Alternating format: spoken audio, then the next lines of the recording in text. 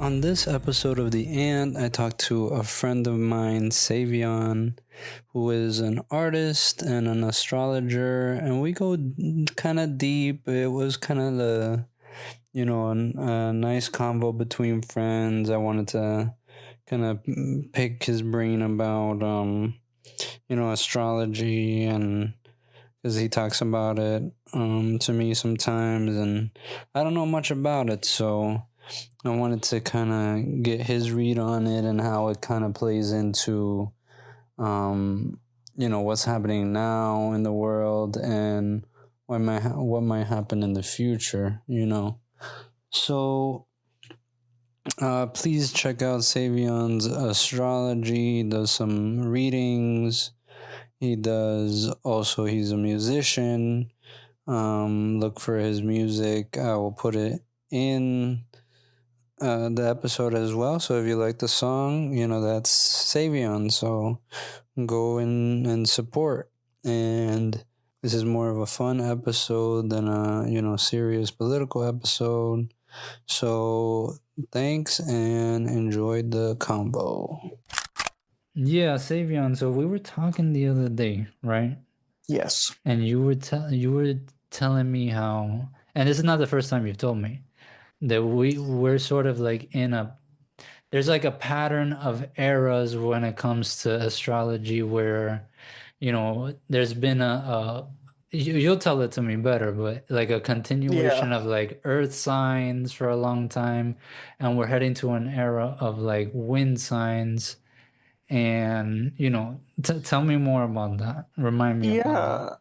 Well, yeah, I mean, I have been saying like a broken record for like the past 5 or 6 years, and everyone's like 5 years ago, everyone was like, okay, crazy bitch, all right, whatever. But today, everyone's like, wait, what was that thing that you said again? What was that thing? So basically, Jupiter and Saturn. So everything has a cycle. All the planets have their cycles and like how many years it takes for them to revolve around, the solar system. And I think we all, kind of learn. We know that much, that the planets operate within a cycle, and that cycle has a specific time frame. Mm-hmm. But in the context of astrology, for that entire cycle, all those signs are going in each zodiac sign, and while they are all in their own independent cycles, they are interacting with each other. They're having like they're making angles towards each other, and those energies or like those symbols, having a planet in a sign and then interacting with another planet in another sign, those things have meanings and significances. So one of those cycles is Jupiter and Saturn, and both of those planets, basically the farther out you get from the sun is the less personal we're getting, and we're getting more interpersonal. We're talking about society at large and affecting more and more groups of people. You were going to say something? No, yeah, I was gonna ask. So that's one of the basics of astrology, is what you're saying, is that because I don't remember this about me. I don't know a lot about astrology, and I don't, and it's not like something that I'm constantly thinking about that it's affecting anything. But every time that you talk about it, it sounds like no. I mean, this sounds like a practice that has been, and I know that is a long time, thousands of years old. Yeah. I mean, in the ancient Babylonians, they all had the ancient Babylonian kings had astrologers that would advise them. Ronald Reagan had an astrologer, and lots of leaders and heads of states and stuff have consult astrologers, because it's not just about your personal stuff that's going on, but you can predict geopolitical shifts. Like you can, not just people have birth charts, but entire countries have birth charts, like like states. From the founding of the country, you can like Would that be the like when they were born or something? Yeah, so like for example, 4th of July, 1776 is Hmm. the United States birthday. Oh, okay. But then you also have other important dates like, you know, um, when X, Y, and Z became a state, and from those moments of initiation, from those initiation points, you can tell a lot about the entire life of the thing, Yeah. like the country, and you can see and predict the types of things that it's going to be experiencing. Well, So, but yeah. mhm. So, wait, how does that happen? Like, how do you read it? Like, if we're in our Earth's, yeah, give me an example, because it's still a little confusing to me. I'm trying to be clear. No, no, Um, no, no. I mean, I'm sure you're being clear. It's just, I like to ask a lot of questions to like, you know. of Also, course. I'm high too, just so you Oh, know. I love that for you. I'm gonna join you in a second. But like for example, what we're talking about with these earth signs moving into air signs, right? Yeah. Jupiter and Saturn, they have their cycles. I believe Jupiter has a cycle of 12 years. Saturn has a cycle of 29 years, 29 and a half years. But there comes a point in their cycles when they both meet up with each other, right? When they're both at their closest point with each other. Oh, And okay. that marks that is a significant point because they all meet up in um, the same element. So Hmm. they group in elements. So since 1842, for example, Jupiter and Saturn have been meeting up in Earth signs, only Earth signs. Every time they meet up, they're only meeting up in Earth signs for like 180 years, right? Hmm. But then there comes a point where that changes. So every 120, 180 years, you'll find that Jupiter and Saturn, they change the element that they're meeting up in. Hmm. So before 1840s, it was fire.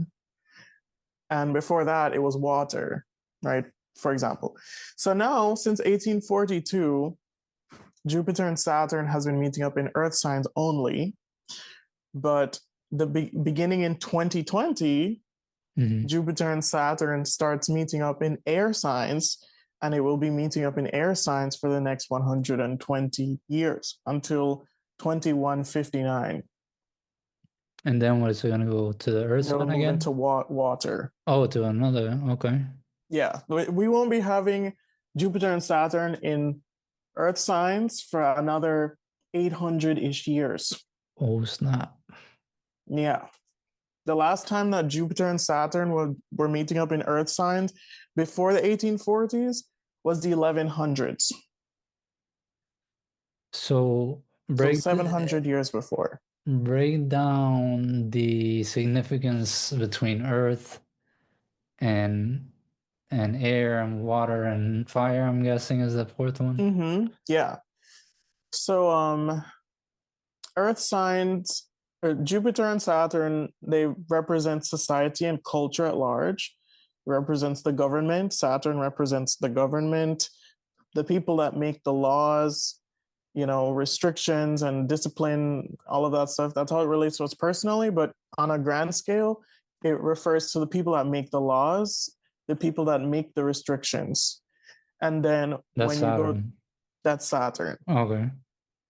And then if you think about Saturn, like how we think about Saturn, it's like an old man with a beard, you know, it's like it's Like Karl Marx. yeah, you think of because it has this symbolism with maturity and being old and wise. Okay. And then you have Jupiter, which Jupiter is in Greek mythology, Jupiter is Zeus. Hmm. So a god in itself, it's the largest planet in the solar system, and it represents culture, but it also represents the courts and justice. And these people also make the laws in a different way. So I'd say Jupiter makes the laws and Saturn enforces the laws, right? Okay. But both of these two planets are the ruling bodies. They represent the ruling bodies, like how we have the judicial branch and we have the executive branch, for example. But both of these planets talk about the ruling powers, basically. Uh-huh. So since the 1840s, it's been in earth signs. The earth, it's about everything related to the earth. In the 1840s, we saw the beginning of the Industrial Revolution, people finding out ways how to exploit the earth's resources at a large scale. We had agriculture explode on a large scale. We had the population soar on a large scale, an abundance of food, an abundance of all of this stuff, resources from the earth, Uh-huh. gold, oil, you know, just even like building these huge buildings and like, making trains to get materials from here to there and starting wars based on resources and land, um, Yeah.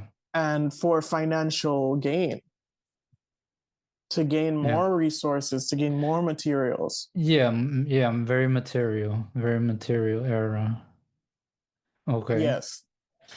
And then that ended in 2020 on December 21st of 2020. Hmm. Yes, we had COVID, but we also had the restrictions as a result of COVID. Mm-hmm. The masking, the vaccines, these were things that were mandated, and that created this huge division of like people's thinking. There became like a huge chasm of what people decided what the government should do, but it sparked a whole bunch of debate, and that's Mm-hmm. the defining one of the defining characteristics of this 120-year cycle is ideology, people's beliefs. So we're moving from Earth into air, and air, you can't see it, but it's vital to your life, right? Like it's invisible, but it is basically the operating system of everything. Does Mm-hmm. that make sense? So if we were to look back to the last time that we had Jupiter and Saturn meeting up in air signs, you would have to go all the way back to the late Middle Ages, Mm-hmm. the medieval era. Mm-hmm. And what you see then is all of these resources, all of this abundance that, you, because they had their climate change as well, Mm. right? They experience climate change, they experience plagues, Yeah, yeah, for sure. uh, they experience a new level of access to information that they've never had before. Um, and the way that they organize themselves, the way that society basically ran on social hierarchies rather than, like you could like, and I'm not like a scholar of the medieval era, like Mm-hmm. I haven't studied too much about it like Mm-hmm. in depth, but I have um come to learn that it was purely on your social class that you got things done. Now, not saying that that's how this is going to be for us, Mm-hmm. but you have the influencer, how many followers do you have? Basically, what's your social clout? Yeah, yeah, yeah, yeah. I mean that's and but don't you think that's relative to the to like the US mind frame? Because I mean COVID was worldwide. That's an example. COVID was worldwide. Mm-hmm. 2020. Yeah, yeah. I mean, so in terms of wind, you're saying that that's like a thinking era, a philosophy era, is what you're saying. Like those are the things that govern what moves life on this earth, essentially. Yeah, definitely. I mean, the governing bodies that be will, instead of operating off of, you know, let's say you're an oil tycoon or whatever, now they're operating off of data. If No, you're a yeah, tech yeah. billionaire, the data is worth a lot of money. You're an Elon Musk or you're a Jeff Bezos or you have all this data, and that data is as valuable as gold, let's say. At least right now. Yeah, At, because what they're using it for, they're using it. I think they're using it to build something huge, which is the great AI surveillance state, you know. yeah, But they are aiming worldwide with this type of tech, because I mean, we think about it like, just, computers and smartphones and all this, but it's satellites in our stratosphere or whatever it's called. Like there's yes, thousands, there's going to be tens of thousands, and it's not just, they don't just send satellites up there just to send the waves and all that. They also can put things in the satellites too. If they want to put weaponry, if they want to put you yeah. know, a defense missile on it, doesn't allow anybody except for government rockets to penetrate the stratosphere. They could possibly do that in the future. I mean, I wouldn't put past anything of these, evil systems. Well, honestly, yeah. I wouldn't put it past them either. I think we're definitely in a time of cyberpunk dystopia. Yeah. And at least for the next 20 years, I think, and I say that because Pluto is moving through Aquarius right now. Mm. And so, and if you were to look back, Pluto is a orbit of 250 years. So if you were to go back 250 years ago, you would find yourself in 1776. Quite literally, the turning point for the American Revolution, the Haitian Revolution, the French Revolution. The entire world was erupting in revolt and revolution. The Irish Revolution that failed, but Mm. so we're in this time where at least for the next 20 years, while Pluto is moving through Aquarius, we are finding ourselves in this fight for freedom, this you know having to fight for sovereignty, and it's kind of a transition away from this earth age into this new air age where, you know, by the end of the air age, you'll find that we don't use fossil fuels anymore.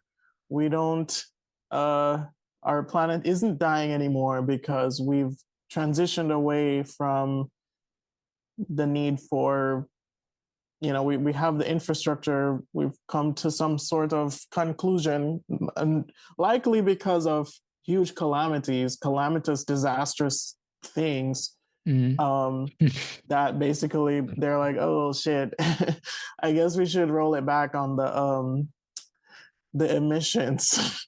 Like Yeah, man.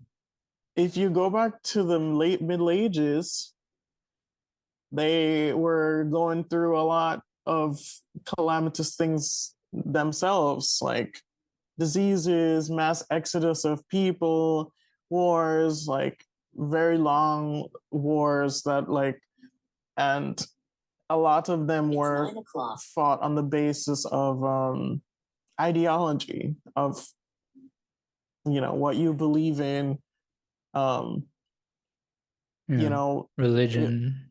religion, right? Yeah. Which was the ideology of their day. Yeah. I mean, and I wonder, I mean, because there's a lot of different ideologies that can win out from this era, that we're entering in, as you say. Like there's a lot on offer. Some of them are more hidden than others. Some of them are more powerful than others. Um, I feel Definitely. like it, there's a certain types of ideologies in our country that are different than like a lot of South Americans, they they see things different, and I think it makes sense. They're on a different type of they're on another continent, you know. Yeah. So they have a separate worldview. I'm just realizing that kind of now. I mean, I kind of always implicitly knew that, but just putting it together now. Because what I Yeah. mean is that like over here it feels like, oh, the society and the whatever structure, ideal structure that was fed to us very early on, and we thought that's just the way the world works. No, that's not how it works. Right. It's pay to play. It's if you control the capital, you win, and your line wins. Your line wins for a long ass time.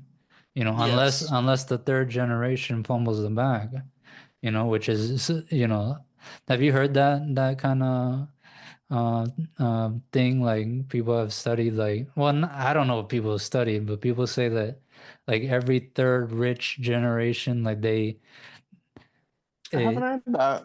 if they're relying on like inheritances or whatever, and they haven't made their own business or whatever, that they fall into they not fully into poverty, but they mess up the bag. Hmm. I don't know if you ever heard that before. I have not heard that, but I mean, it does make a lot of sense if you're, yeah, basically pissing your money away because you Yeah, believe that it will never run out. yeah, yeah. Yeah.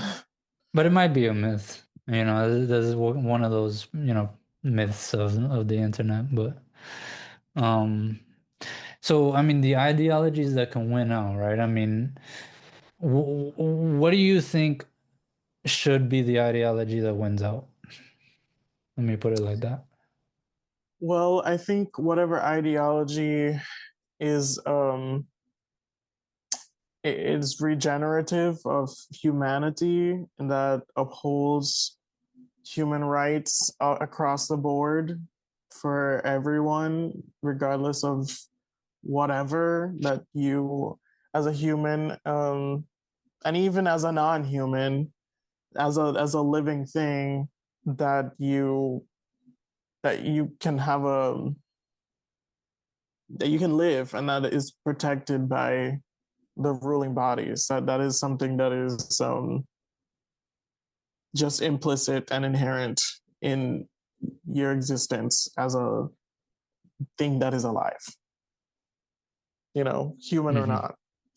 Um, and I think that because I think we come from our entire Western society is coming from a religious place, that like that was the basis of a lot of the ways that we think about things, and because God is so great that we live in this completely uh a non-exhaustive world, that like everything is just gonna keep on going. And now that we've gotten to the point where we have the technology to completely end the world, Hmm. and with that knowledge, that we can take a stance of being purposefully regenerative and structuring our society in a way that enhances life rather than takes away from it. Yeah, causes Especially, cause an extinction event. yeah, I Mm-hmm. mean, how many species have gone extinct as a result of human activity? Mm-hmm. And how many, so like, I think a lot of people are scared right now because they think that we're moving backwards, but we're actually we're about to jump way forwards, because if we think about where we've been, when I look back into, so the Earth age was 1842, right? Before that was the Fire Age, and that's where the bulk, if not all, of chattel slavery took place. That's where the genocide of native indigenous people all across the earth took place. The You said around 1840s, you said? Before then. Oh, before then? So let me tell you when the fire age took place, but or the fire era, because an age is actually a much longer period of time. An age is a period of 2,000 years. So people, there's this like pop culture phenomenon that we're entering the age of Aquarius. I don't know if you've heard of that before. No, I haven't.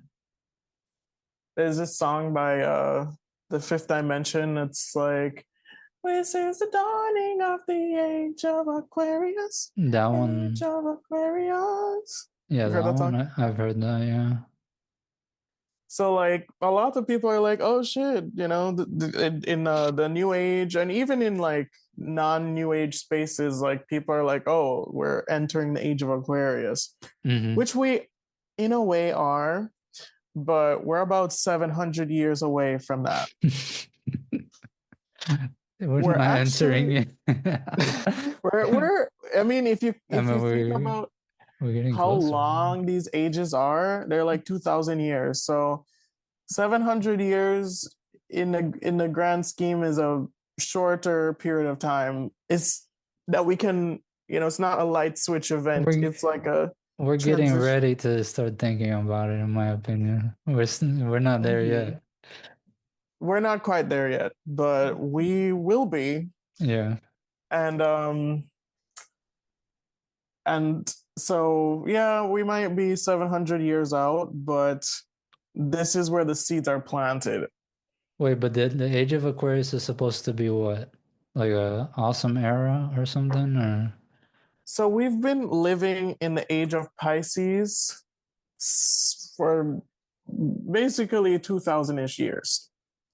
where? And running out of time, if you think about where we've come from as a society with Christianity, with, I mean, the Pisces is a fish, the symbol of Jesus is also the fish. Uh-huh. But Pisces is all about being having a way of thinking, having a society or like an entire consciousness that is structured around thinking about higher power over, higher than. We have a system where you look up at the big guys in the sky, whether that be Jeff Bezos or God, you know, where someone is higher than you, someone is um they have more power than you, and we think about things in terms of that. Jesus is the ultimate savior because he is higher than me, he's the son of God. um and we've been thinking about that, thinking in that way for a very long time. Mm-hmm. Gods, and but that wasn't, you know how we always operated as a species. Like, we used to believe that we were connected to everything, that, you know, because before the age of Pisces was the age of Aries. It was war, and you think about like the first wars, Mm-hmm. you know, or like the beginning of the patriarchal, because we keep hearing that we used to be a more matriarchal society, that we used to worship the goddesses and not the gods. We thought of Earth as our mother, and as because the age of Taurus, Taurus is a cow, it's a bull, but it's like the cow is like feeding you, and like it's more of a feminine sign. So during the age of Taurus, which was roughly 4,000 years ago, let's say, in times when a lot of records and written history isn't something that we can really access, um, or something that we have, things that have long been destroyed or long been paved over or whatever. But there was a point where, maybe the ancient Egyptians or cultures, other indigenous cultures that lived before, that this was how they operated, that they revered the feminine, that the feminine was something powerful to be, um, something nurturing, and not something, like we have a deeply misogynistic society, regardless of which corner of the earth, which culture, pre or post white people, we see that misogyny, we see that denigration of the feminine, of woman, and the disrespect or the devaluation of femininity, of just, um Yeah, and so across the when patriarchy. Yeah. yeah, and the patriarchy is old as fuck. It's older than Yeah. Christianity. Oh yeah, yeah. It's But older than I mean, I guess it depends on which part of the world. I mean, I just don't know. I'm sure patriarchy is, widespread. That's not what I'm saying. Obviously it is very widespread and it has been for a long time. But I wouldn't be surprised if there's certain pockets of the earth, even back like at least in like the 1100s or even year zero or whatever, that there were pockets, especially in like the Americas and especially in like the Asias, like I mean even Africa, I don't know, I don't know enough history to say, to be honest with you. well, Mm. unfortunately, at least from the African side, um, there was misogyny, No, yeah, and yeah. the way that systems. I mean, yeah, there are, like, for example, there are African tribes where the women pick their husbands, for example, but um, marriage, or that is a that's not just equal companionship most of the time. If we're just going about it from a traditional standpoint, it's an unequal uh Yeah, dynamic. yeah, the marriage convention and all that type of stuff. Yeah, Yeah, it's based off of like a capital transaction anyway, you know. and As far as I know. even before Western imperialism, oh, I'm gonna give you a dowry for Yeah, that's what I mean. the Yeah. the bride, and those systems are old as shit. They're older than Western civilization itself, and they're baked into a lot of the ways that, just the way our consciousness, just the way that we think about, uh, you know and so I think that what will shift in the age of Aquarius is that we don't have those conventions anymore. The idea that, like, a woman should be this and that, or the idea that, like, um, these things are very old, are because it's all about this power over dynamic, which is that Piscean thing. I'm going to sacrifice myself, because Pisces is all about sacrificing. Jesus gave the ultimate sacrifice. He sacrificed his life. To be a martyr is like the best thing that you can do, and that dynamic exists in every aspect of life, in relationships, in our jobs, in our children, the way that we think of family.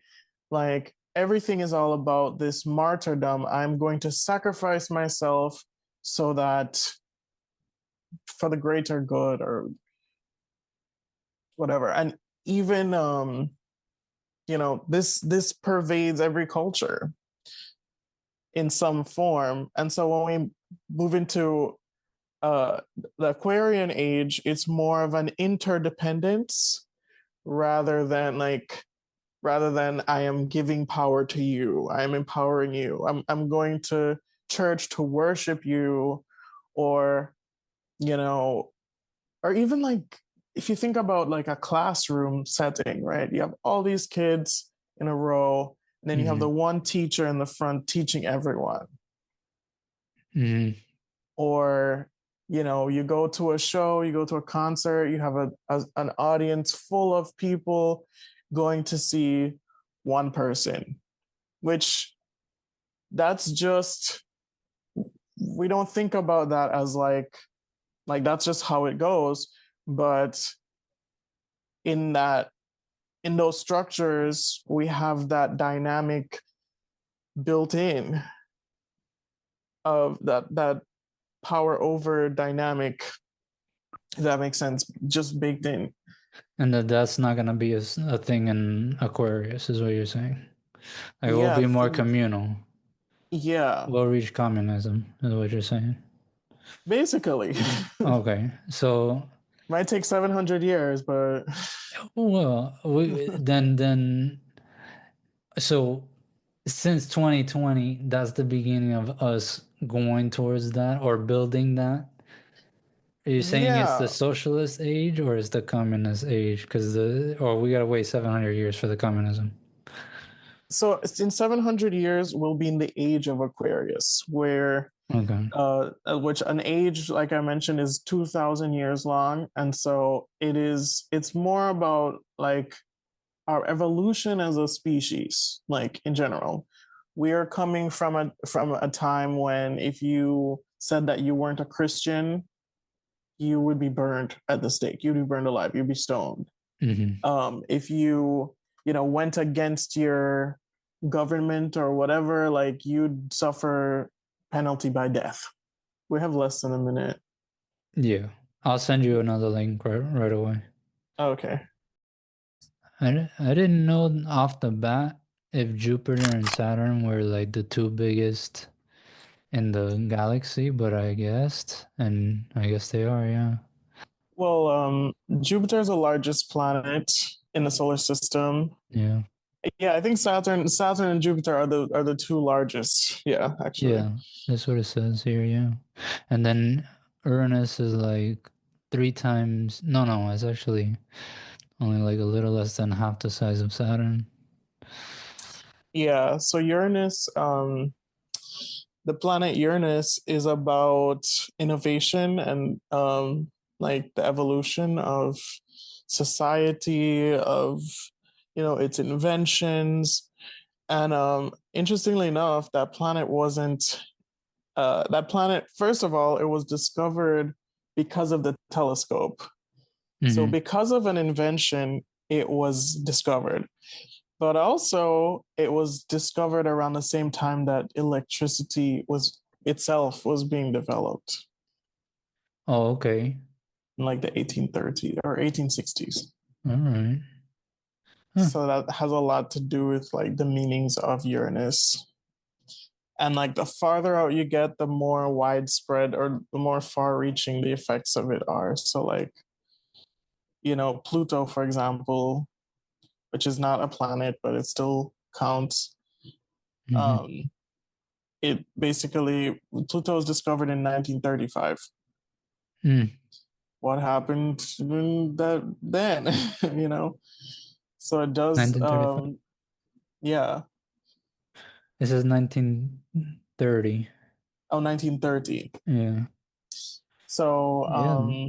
No, yeah, I World War mean, II, fascism. oh yeah. Nazism, at least in Europe, was on the rise, of course.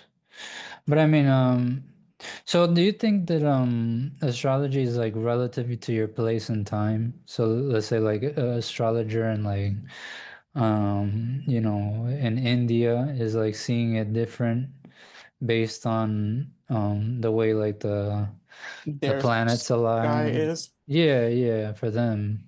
Well, so it's funny you mention that because there's multiple different systems of astrology. So I study Western astrology Hmm. because I live in Western society. Yeah, yeah, it makes So sense. Western slash tropical astrology is seeing things kind of through the lens of Western society. And like the planets are, they're basically in the same spot no matter where you are, because it's not about the chunk of sky that's visible to you. It's about the entire Earth.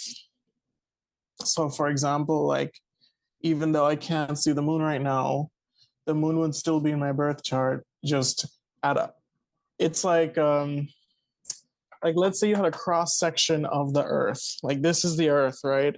This is the North Pole and this is the South Pole, for example. Hmm. And the sun is down here. Oh, okay. That means that, like, let's say you're in the northern hemisphere, that means that it's nighttime for you. But if you're in the southern hemisphere, that means it's daytime for you. Yeah, You get what I'm saying?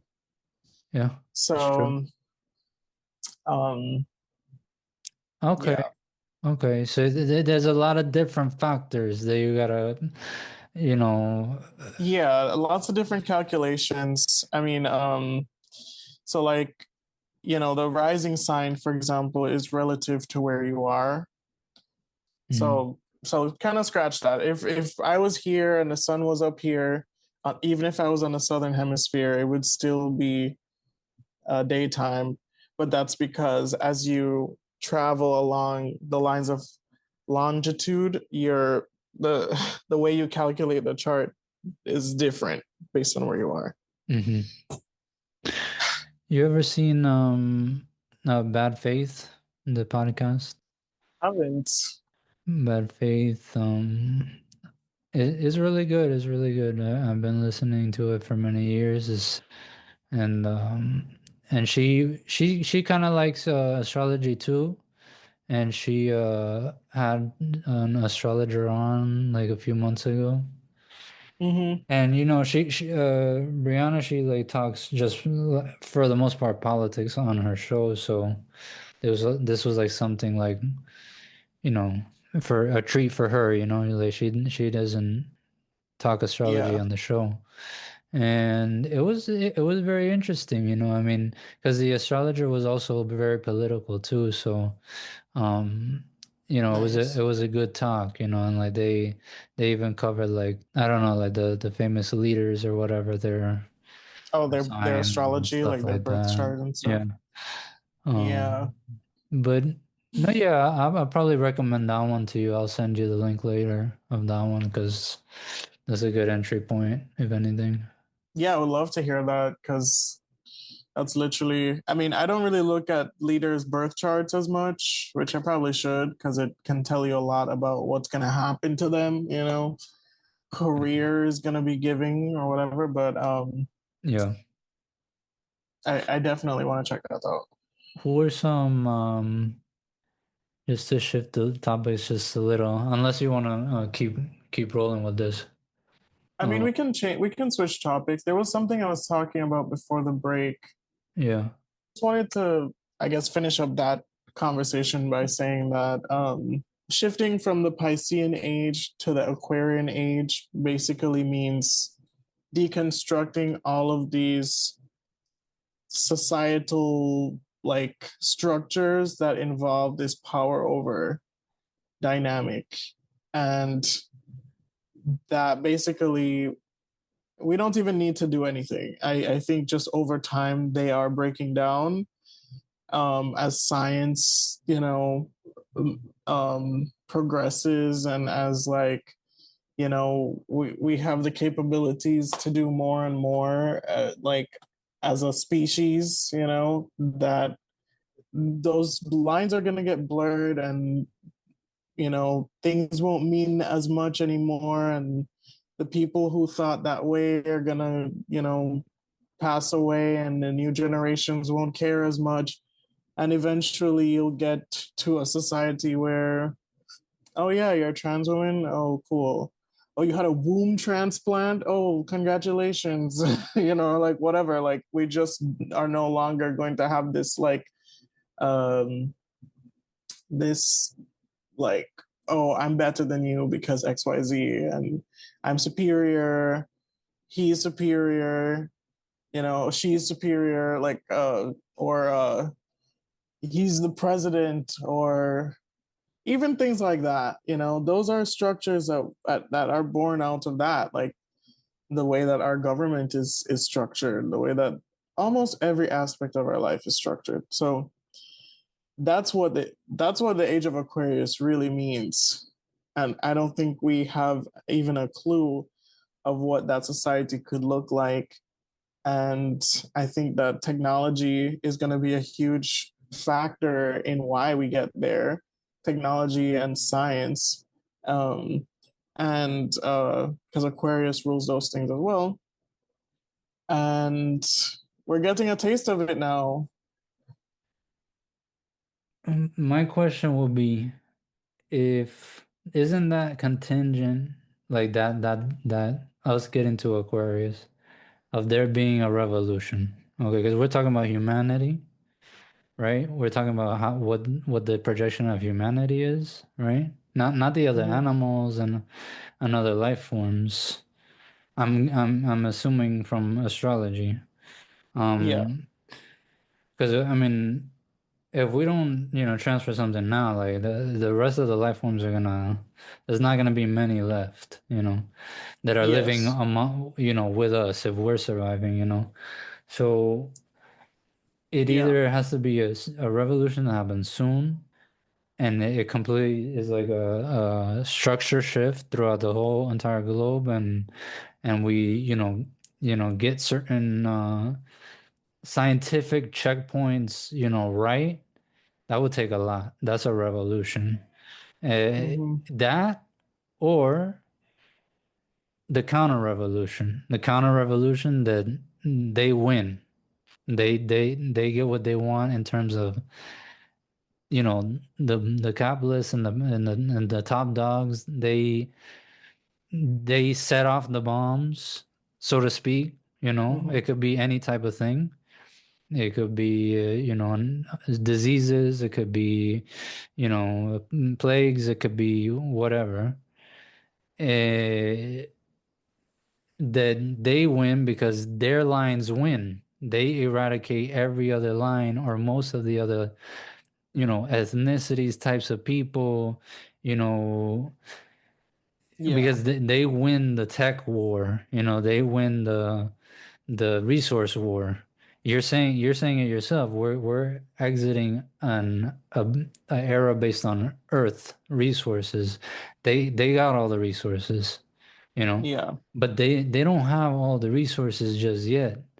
They because they consider us a resource, and Yes. and so that's why they invest so much of the other resources into continuing this facade that we are also resources there, and we just play into it, you know. Mm-hmm. But we don't have to play into it if we do the revolution, and we Right. and we and we set back the, certain like we set the parameters right. I mean, of the universe. I mean, to say it like in a woo-woo way, I mean, you Yeah, know, we balance the scales. yeah.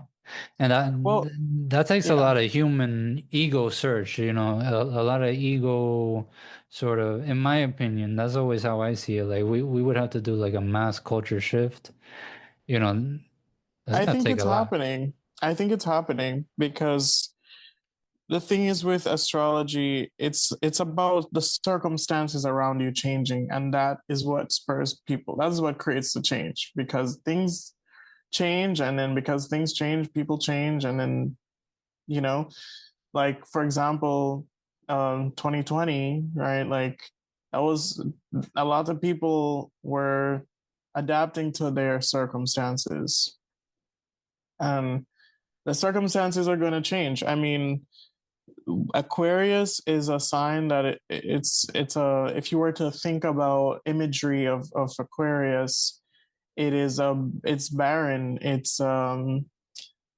part of the winter where it's like the dead of winter. There's no leaves on the trees. It's like everything is dead. um, Aquarius season. And then Pisces season is the beginning of spring. And then by Aries season, that's when the grass starts growing again and the trees start sprouting leaves again. So it is quite literally, it has this imagery of barrenness, of like, if you think about a dystopian barren wasteland, that is quintessentially Aquarius. And if you were, like I mentioned before, if you were to go back to, let me tell you when this was. If you were to go back to March of 1226, which is the last time that we had this type of shift into air signs, Jupiter and Saturn, you'll find that a lot of wars were happening, a lot of shifts were happening in like the way that things were governed. I'm skimming a Wikipedia page. Right, so capturing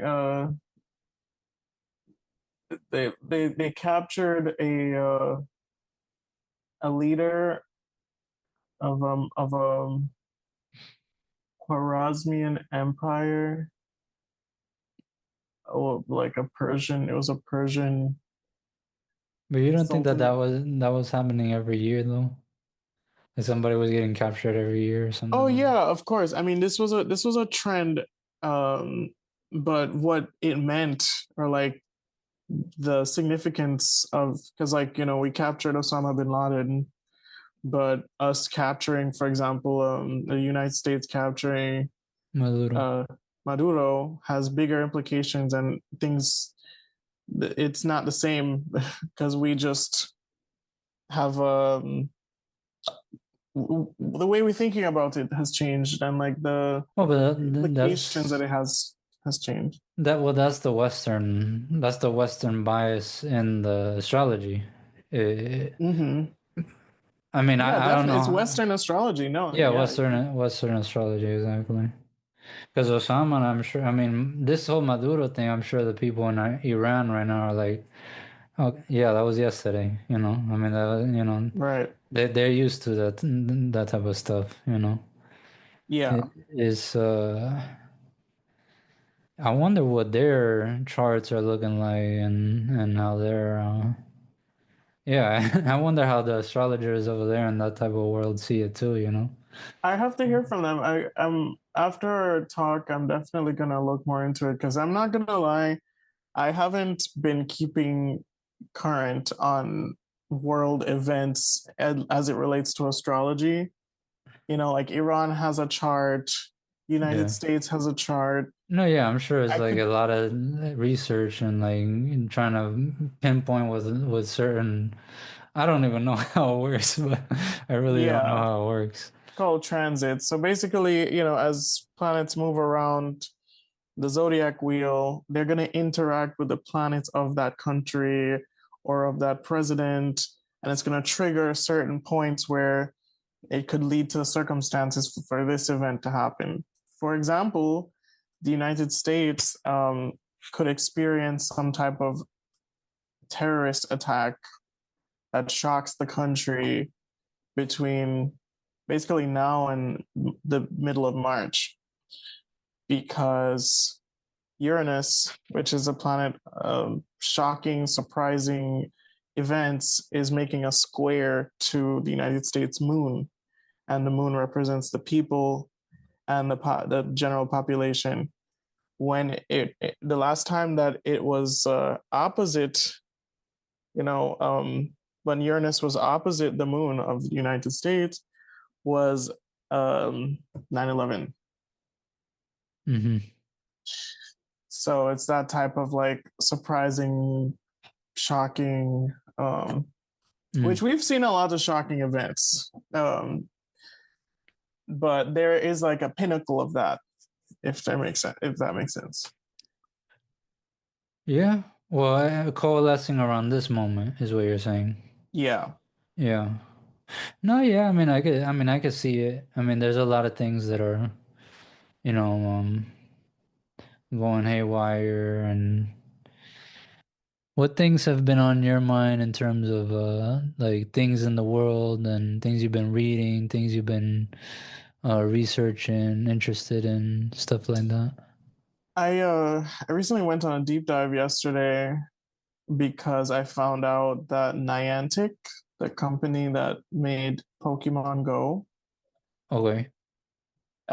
received 400 million, I believe, from the CIA to Mm-hmm. start them up. Ooh.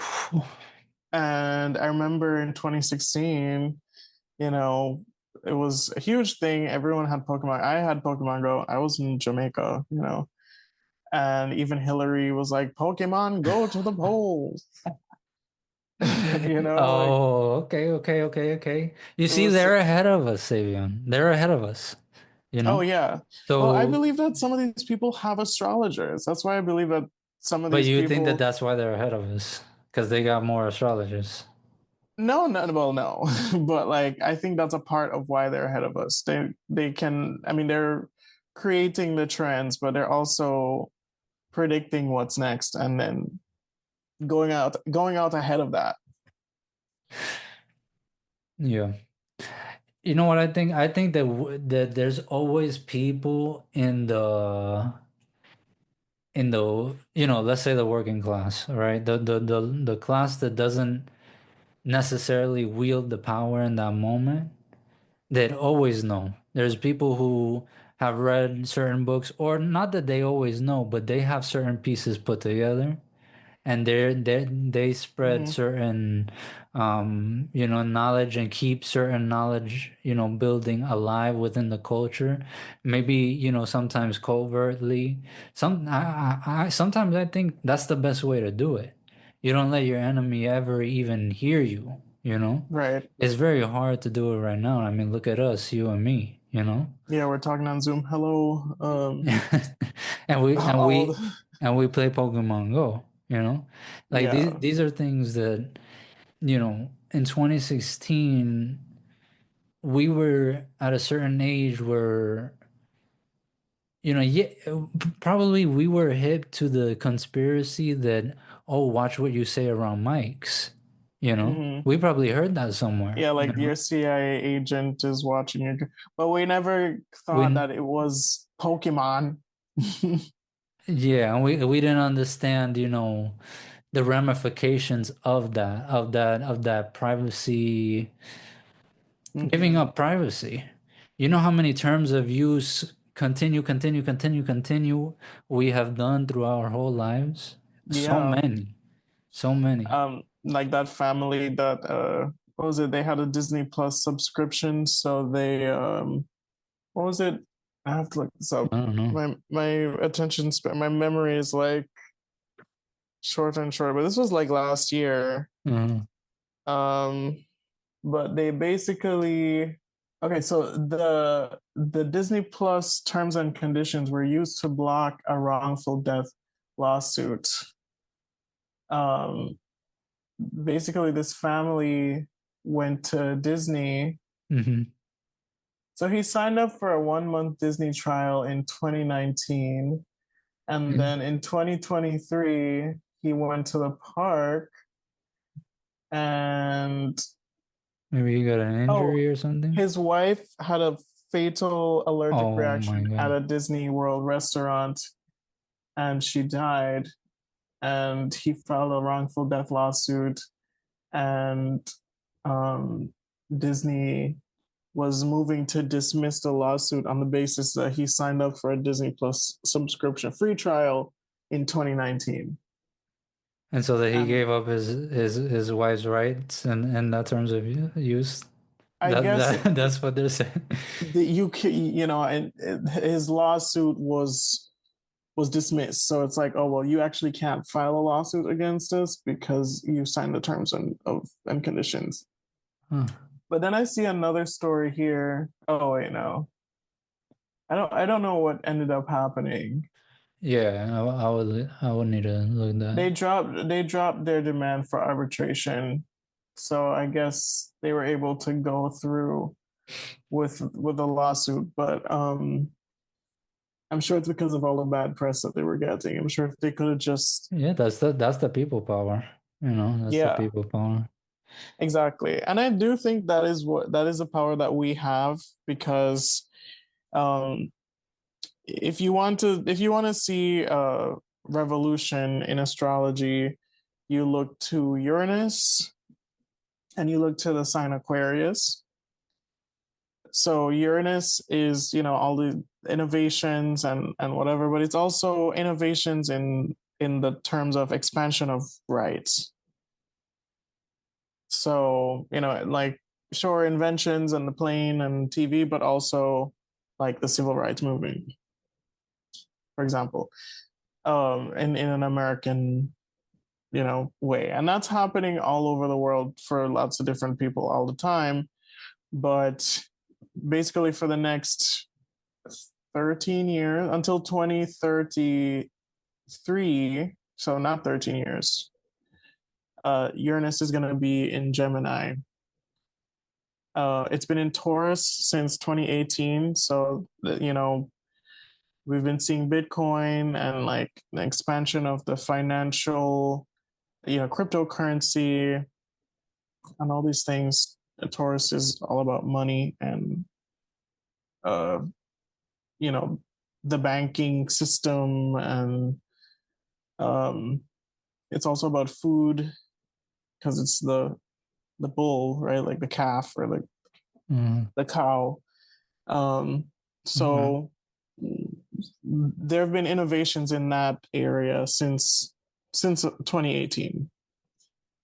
Um, and now it's moving into Gemini. So it's Gemini is all about short distance travel, uh, connectivity, friendship, conversations, um, and it's also neighboring countries and siblings.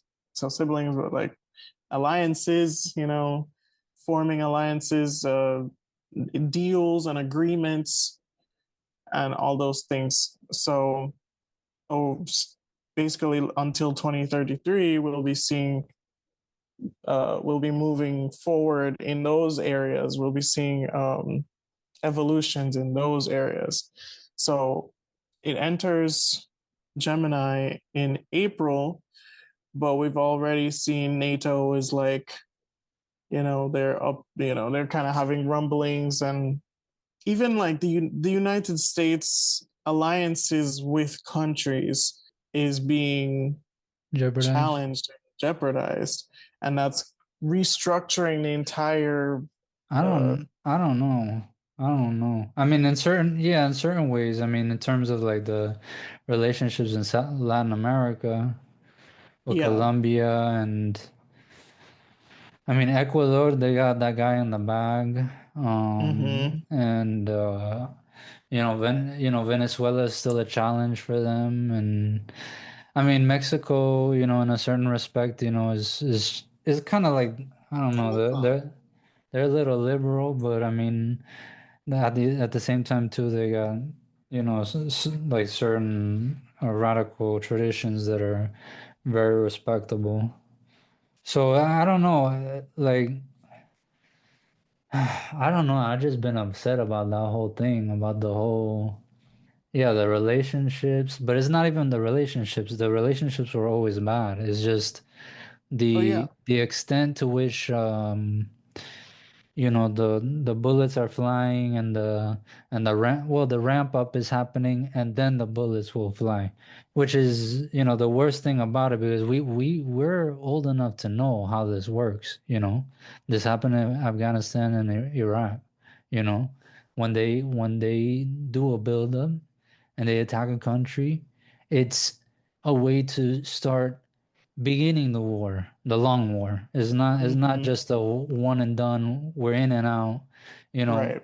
Unless some people like to say, "Oh, this is just a," because I've heard some Latin American commentators, political analysts saying that, "Oh, Trump had to do the Maduro thing to sort of save face on the power play that they did in the first term, where they tried to cool Maduro on the first term of Trump Mm, with Juan Guaido and all that type of stuff.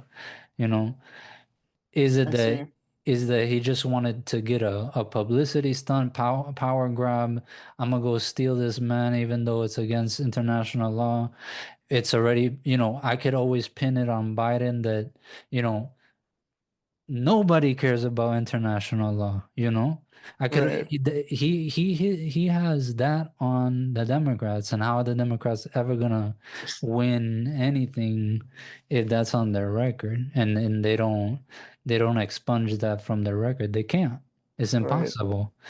That's why, you know, if we could take it to politics, like a lot of people like to, because I mean, this is what you see on the internet, but even in real life, you have political conversation with people, and the imaginations of who can be on the ballot box, that's only one realm of the fight. But okay, who Yeah. can be on the realm on the ballot box? Definitely not red or blue. We don't care. Yeah. We're Eh, not doing that. Those are bought and paid You mean for. in 2028? Yeah, in 2028, Yeah. 2026, Mm-hmm. anymore, and it should have been from a long time, a long time coming, because genocide is on both records. They stand by it. And the police state at home is on both records. They stand by Mm-hmm. it. And the money shows too. I mean, what they invest in more development. Both sides. Forget about the Republicans. They're fascists, and they want to bleed the soil dry until I don't know until Right. when. They don't care. They're devilish. But Yeah. um, They're trying to bring about the apocalypse. but but but the blue side, they're the other side of the coin, because they're the ones that keep the people with the morality. Well, not, I can't say that everybody on every side doesn't have morality. It's just a warped sense of morality. Yeah. um Right. then I'm going on a tangent, but it's just because I'm thinking about those types of things, like, well, I don't know where I was going. I mean, yeah, it's going to be really interesting to see how we can continue to do electoral politics in the way that we have, especially now that everybody knows. Even, I mean, like, yes, definitely the genocide, like, and but like more and more, there are even more and more reasons to not vote for either the Epstein files, the lack of accountability when it comes to natural disasters. Like, it's Yeah. becoming more and more of a divide, and more of a reason why um we're basically off the rails. We don't know what's next. And we don't know, like, how we're going to. But now that we're in a kind of a place of the unknown, that's when that's our opportunity, basically. I think, because you were saying, like, where do we find power, like, where do we find, as everyday people. I think that is where we find power. The fact that we're more or less, like, lost. We're kind of free flowing, free falling, where we don't have a logical, obvious next step, and everyone has their own idea of what that is. And I think that's where we have a huge opportunity to just kind of get on the same page about a couple of things, Mhm. regardless of, like, there's people who are leaving the Trump camp because they realize, like, oh, this is like a cult, this is kind of weird. And there's people who are, being really like basically people are opening their eyes. People are waking up to to put it plainly. You know, people are they're not all libbed up anymore. They're not super Obama level optimistic about the future Mm. because they don't like, even liberals are kind of like, oh well, who, Gavin Newsom, and like they will vote for him and they will be behind him and like whatever, if that's who ends up becoming the nominee. It ends up, but it's not a definitive, you know? Like, I mean, there could be a socialist alternative, you know? I mean, Yeah. it could be possible. It's just, um, there are. I mean, have you heard of the lady Kashama Sawant? I tried to put Geo onto her before. Her name sounds familiar. Where is she from? Well, she did a lot of politics in Seattle, Yeah, yeah, especially yeah. the Seattle councilwoman. Yes, she was a part of DSA, and she became a. Or she's just. I think she probably was part. I don't know. Don't quote me on that. Like maybe part of her Seattle DSA or something like that. But I think she had her. You know, she started her own socialist alternative. I think Mhm. she either started or was part of it. I mean, somebody in the local chapter was telling me that it's actually way older than Kashama Sawant. So I don't know, but Well, I I like have their some. politics. I have some good news for you Yeah, in that regard, because tomorrow, February 14th, 2026, yeah, Saturn and Neptune are going to be meeting up in the sky at 0 degrees of Aries. okay, Saturn and Neptune. So we talked about Saturn being like the lawmaker, but Neptune is our collective dreams and I guess delusions as well.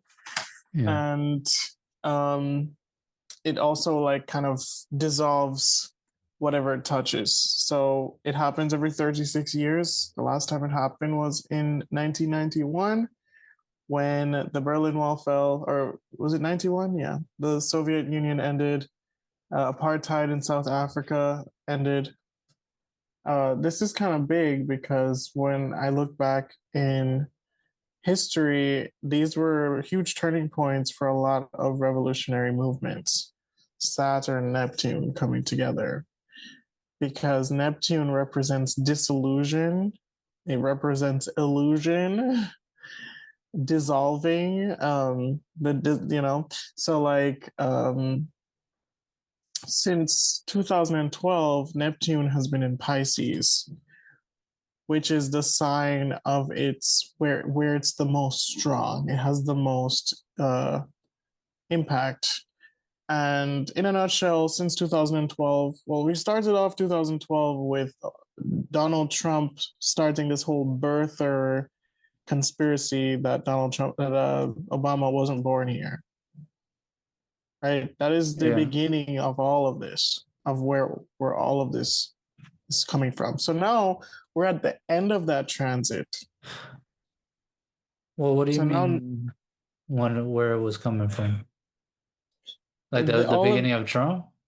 the beginning of the Trumpism, the beginning of the MAGA mentality, all of this, like the craze of, I mean, the white nationalism is not the beginning of that, but this offshoot of white nationalism, the Trump's influence and his like sensationality, Okay. that was the beginning of that. In this iteration where it led to him becoming the president, where it led to the insurrection, it led to all these people having this certain worldview. And then we also have social media becoming more popular around that time as well, in 2012, Okay. Facebook. And now we're at, once again, the end of that transit where we're like staring at the screen basically all day, every day. And scrolling is the way that we get our everything. Social media has basically overtaken all forms of media. And Neptune also rules media. and movies and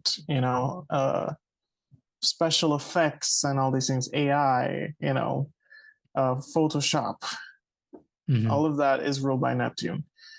So Neptune is going to meet up with Saturn, which it hasn't done since 1991. And it does that every 36 years.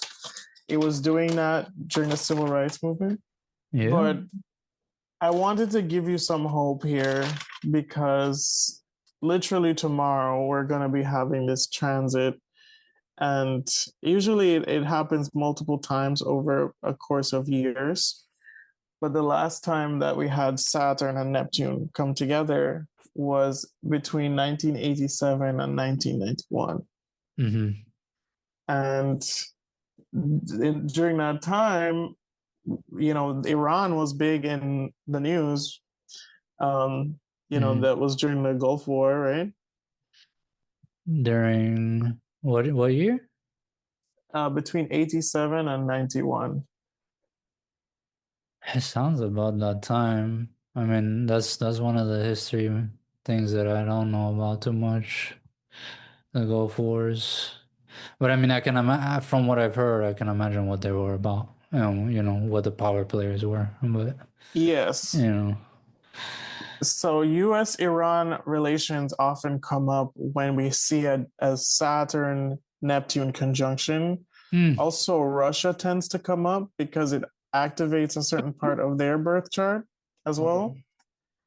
But another thing that happened during this period was the end of the USSR and the fall of the Berlin Wall. Also, the fall of Rome happened under this transit as well, but many, many times back. But this transit is all about the dissolution of empires, the falling of certain structures. Yes, whether that be physical structures like the Berlin Wall, or more of a bureaucratic structure like the USSR. But the Neptune is like dissolving and breaking down this, the boundary, which is Saturn. So we see the independence of many countries happening under this the fall of Rome, the end of the Ottoman Empire, the Berlin Conference, where they divided up Africa. And you also see during this time countries balkanizing, countries splitting up, or countries unifying. So the Korean War and the establishment of the demilitarized zone and North and South Korea, that happened during this transit. The independence of La Paz in Bolivia happened. So Bolivia is also going to probably come up in this transit.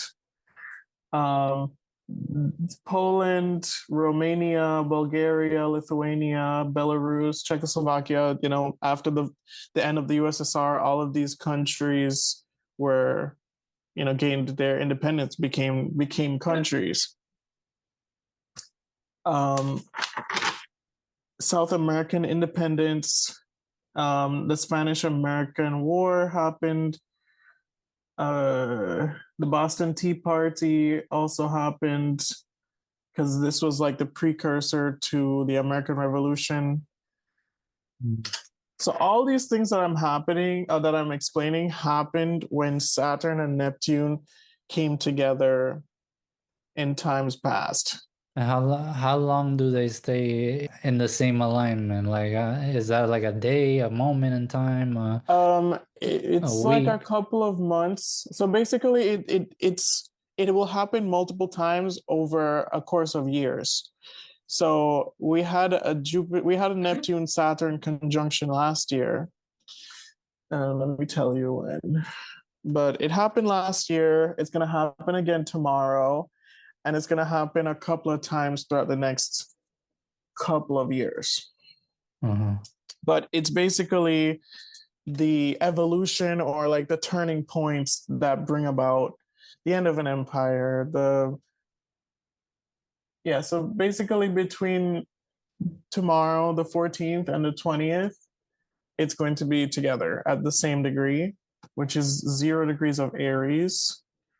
Um, Saturn and Neptune have not met in Aries since the 1860s, during the American Civil War. And if you think about the American Civil War, the country broke into two. You know, um, it literally it was like two countries, Union and Confederate. And so it's the same kind of principle where we see that happening. Well, that's something that I've definitely been talking to a lot of people around me about. Is like I do see, you know, I see what's going on in terms of like the country's gonna break up again in a certain way. There will be internal conflict, is what I'm saying. You know, how it happens. Um, Yeah, and we've felt inundated and well, I mean the collective we, I mean, is I just it's happen to be overwhelming. born here. I just happen to be born here. It's just, it's I don't rep for this government. I don't rep for this nationalism. You know, Yeah, I rep for the people that I care about and the people that are around here.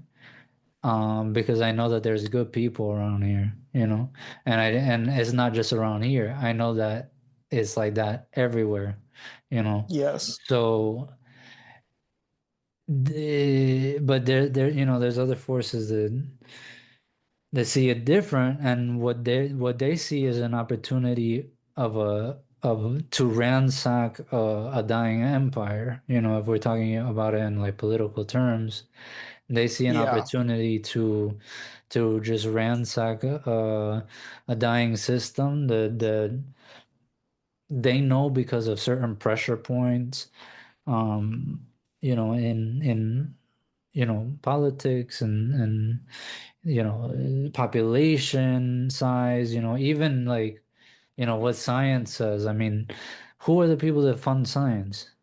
Is the rich, yeah, they know what the science says, okay? They're the ones that funded it. The science says that we're in an extinction event, and if we don't turn course yesteryear, 50 years ago, right. we are gonna destroy a We're lot of the life on Earth, Yeah, and a lot of people are gonna die, and we'll never get the ecosystem back, and we might, if the species continues, is because just artificial. artificial. We go underground, we go interplanetary, Yeah, and that doesn't bode well for what this human or what this animal is gonna do going forward. We're just gonna do it again on another planet if we don't yeah. learn the lesson here, and if we don't save this one.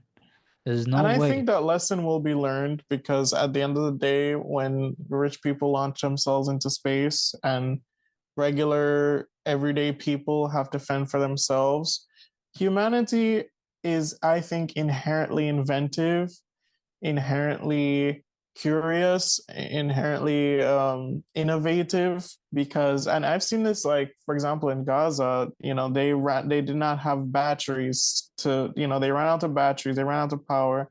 People were using their cars to charge their phones. I saw a guy figure out how to harness the energy from a piece of wood.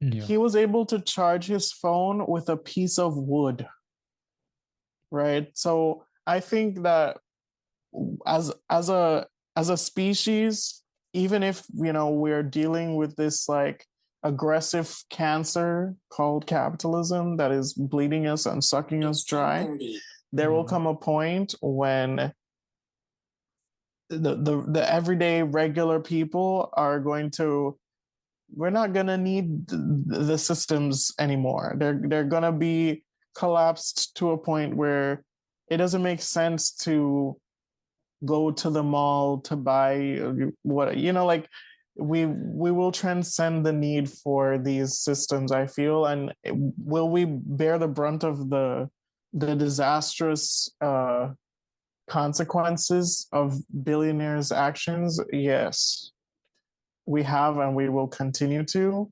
But I think as a species and just life in general, I think life finds a way, which that's my woo woo optimistic, less informed opinion, because I want to preserve my my optimism and Well, my you want to preserve the existence of the species too. I mean, I think it's part of the absolutely. I think it's part of the internal ego. I've been talking to my girl a lot recently about this.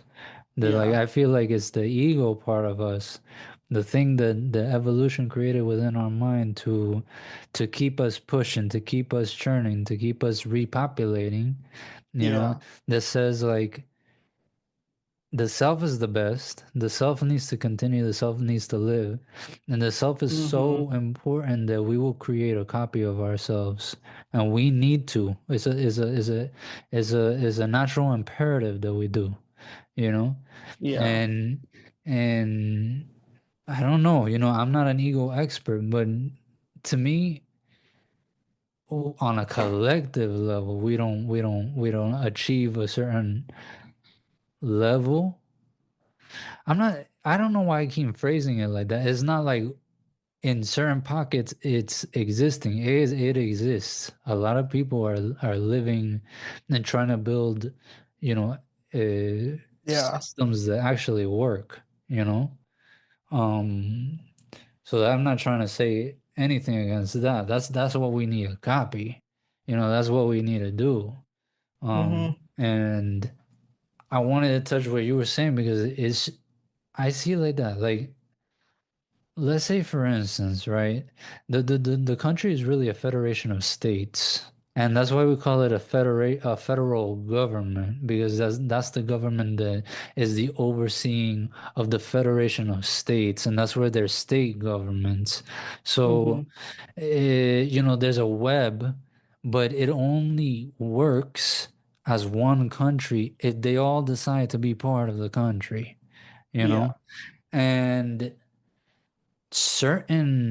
this country is a capitalist run country. Capitalists in this country are oligarchs, okay? Mm-hmm. So they live someplace. They are humans. They are oligarchs, and they live someplace, and Right. they live within these states, and they control these states. That's where their businesses are stationed. you know Yeah.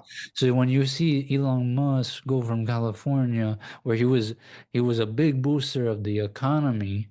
That's what they like to say, that his capital and his companies big booster to the economy, And moves to Texas. and moves to Texas. He has a big, his money and his business has a big influence on that, Texas state law. Texas state law. Mm-hmm. And Texas is a national player in terms of political law and all this type of stuff.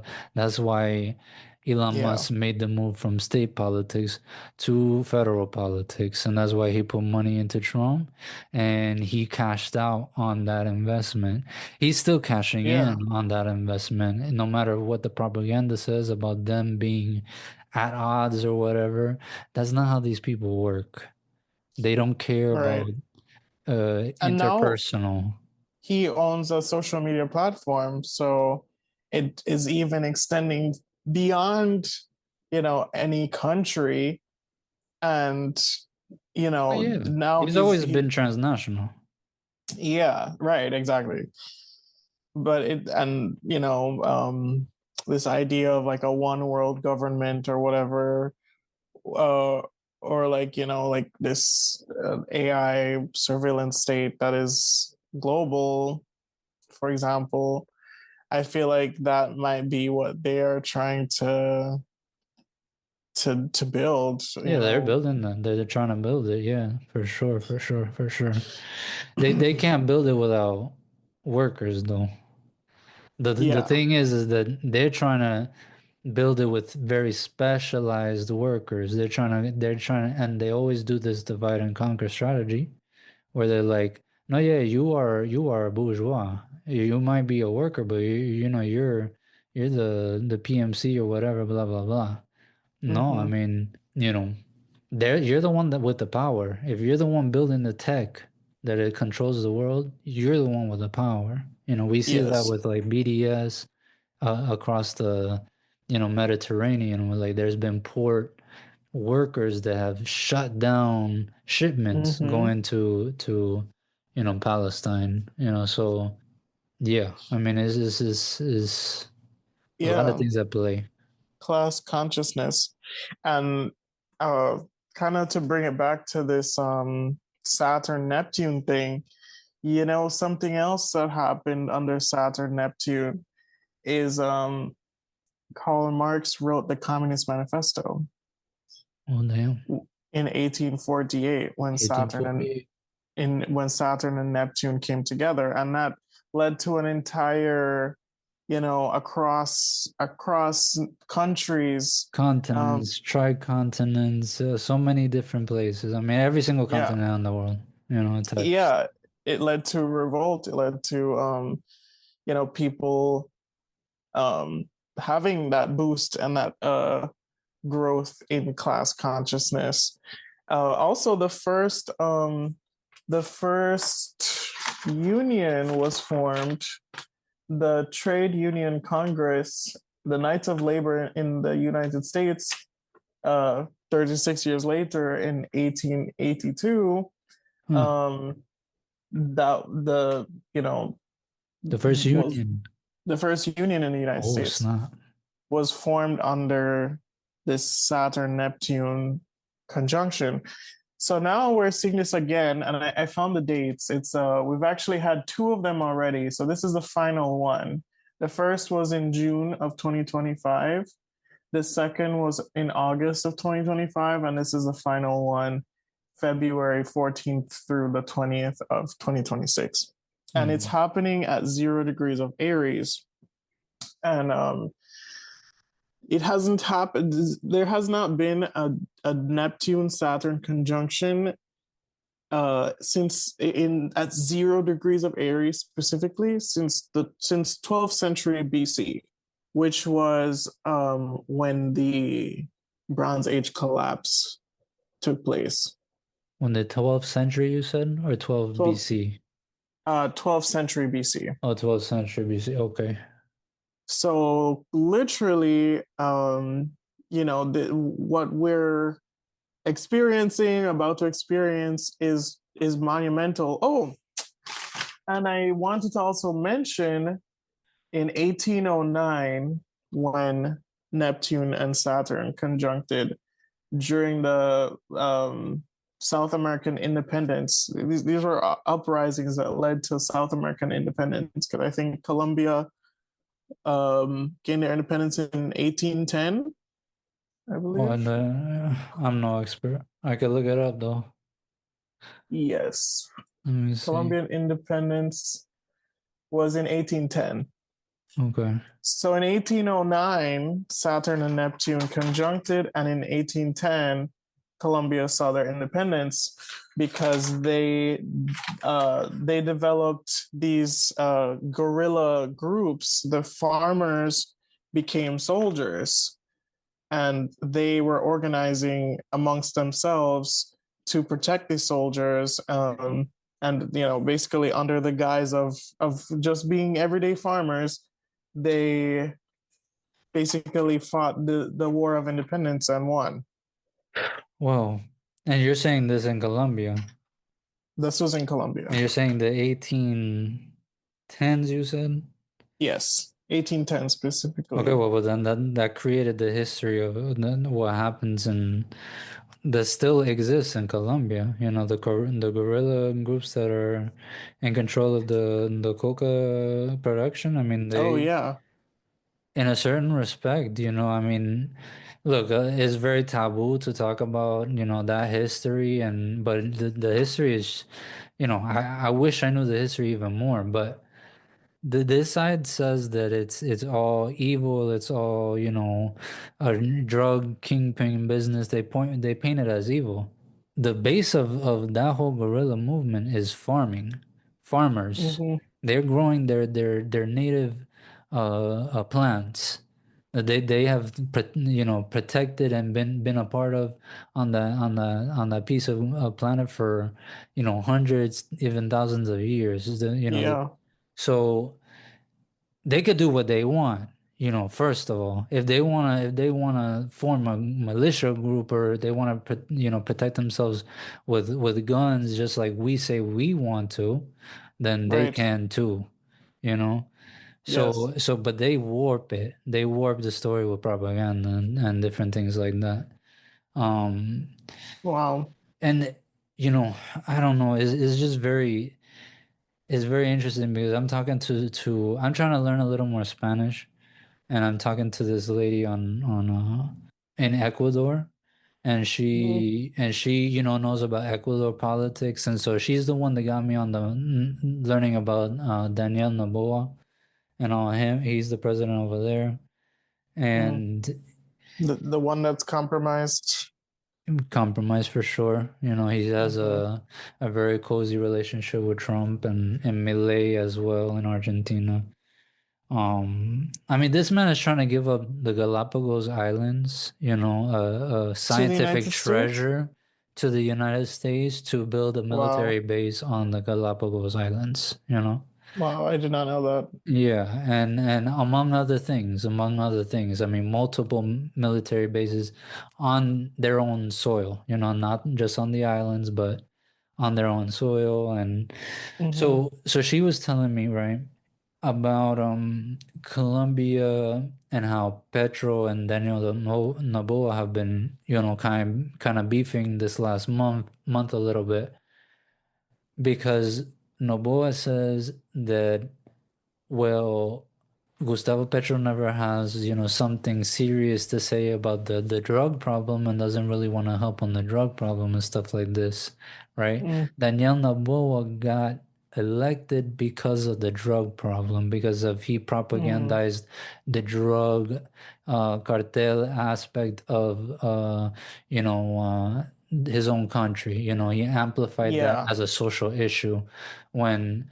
yes, it's a social issue because it causes violence, but there's a there's a mass system at play, and he's trying to hide that fact that he has control over that as well, and he's partly fascist in my book, um Yeah. Well, definitely. I mean, yeah. but the thing is that the context is, from what I've read and from what I've seen, is that Gustavo Petro, he's taken on a different approach to the drug cartel issue in Colombia, right? Mm. Because from what I've heard, back when he was getting on the scene of like national politics, back then a few years ago, they try to pin him on being part of the militias. He has a tradition of that's where he comes out, through the grassroots of working with the militias and the car, well, what they call the guerrillas in Yeah. Colombia. And you know I don't know, I don't know the full extent to it. You know me, I'm reading about different places, so I don't know the full details off the top of my head. But Mm-hmm. it's very interesting because his approach has been, no, we're not going to go in there guns blazing and make a show out of it, as in the national military going against the guerrillas in the mountains. Those are Colombians too. Yeah. He says those are Colombians too, and Mm. that, um, this is a internal conflict that shouldn't be stoked by outside forces, which that's the reality of the matter. The US has Yeah. been Right. funding, anyway, the history is too big. It's just, it's just they warp the issue, and so people in even Latin America, within Colombia and within Ecuador, to see the cartel issue, because of what the news media says, as the thing that governs all things, because that's what is been fed in the news media, and They sensationalize this whole issue, we're very and familiar with that. yeah. But it's so interesting you make this connection, because I never connected these revolutionaries in the early 1800s to the cartel today. But it makes so much sense that this is the basis, and these are the people that earned Colombia their independence as a nation. You know, And Petro now they're being and Maduro, both of them, like they both really uphold this whole Bolivarian, like Simon Bolivar. You know, Mhm. you've heard that, I'm sure. Yeah, And they just repeat that and say that, like, no, yeah, we're tapping into that. We know that we're a collective culture that is, you know, essentially, you know, born based, you know, of countering empire, kicking out the Spanish, and becoming, you know, a sovereign place, you know. It does have other issues with it as well, because it's not entirely indigenous run, but that's yeah. because of what happened when the empires came over here. They eradicated populations. Yeah. So the governing, you know, population and the majority end up being like the mixed ethnicities, the mixed The races. Yeah, mestizos. yeah, exactly. Yeah. We have about 4 minutes left. Yeah. Do you want to do another room, or do you want to wrap it up? No, whatever. I mean, whatever you want. I mean, I'm a little thirsty. 10:47. I'm cool. I'm cool with whatever you want to do. Okay. I mean, was there anything else you wanted to touch on? It's so funny because um I have all these notes that I've made of like the different historical contexts of all these different things, and how they're basically all related to different rebellions and uprisings throughout history, even in Jamaica, you know, even in my own country, and in America, and in India, and in Senegal, and in Poland, and you know, and basically how, you know, that energy is a part of what we're feeling, and it is going to result in the collapse of an empire or a city or a state, and we are basically in the beginnings of that, or in the belly of that. Yeah, I wouldn't be surprised. I wouldn't be surprised. Very soon, some big things gonna go down. You know. Yeah, I would Um. say in the next month. um yeah. Yeah, yeah. I mean, so certain people have been, you know, well, not. I mean, I don't want to say too much. I don't like to, you know, even though we talk a lot, you know, I go deep into these things, you know. I don't want them to get all of our plans, you know. You know. Yeah, absolutely. I mean, I feel like I need to be kind of kept in the dark a little bit, because I don't have a filter. So don't tell me the plans. Just I'll just, you know, It just tell you, yeah, I get you. just tell me what I need to know, but don't tell me everything, because I am like, I have no filter. I don't know what not to say, or like whatever. It's kind of an issue for me. Mm. But Huh? well, I'm not gonna lie, I'm kind of hungry. I really do want to continue this conversation, No, yeah, I because mean, you got it's an open door policy. maybe we do a part two or something. I'm kind of, Yeah, yeah, on your channel if you want. Astrovion part 2. oh, that'd be cool. Well, I mean another day, because Yeah, I'm yeah, looking. another day, of course, yeah. Okay, yeah, that would be really cool, because there's a lot here, and you know, since it's literally happening right now, this Neptune Saturn conjunction, it would be cool to talk about it, because Can I put your song on the pod, on the, like, the intro outro, like I Oh do yeah, for absolutely. the newest one? You want me to put the newest one? Yeah, that would be cool. Yeah. And So plug my channel. Yeah, Astrovion and whatever you want to plug. Yeah, it's Astrovion on Instagram, on YouTube, and soon on TikTok. I actually deleted my TikTok, but I think I'll make another one.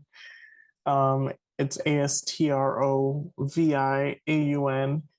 And this is really what I want to talk about, is how astrology reflects these historical trends and can be used to navigate these unprecedented times that we're living in. It don't have to be sometime.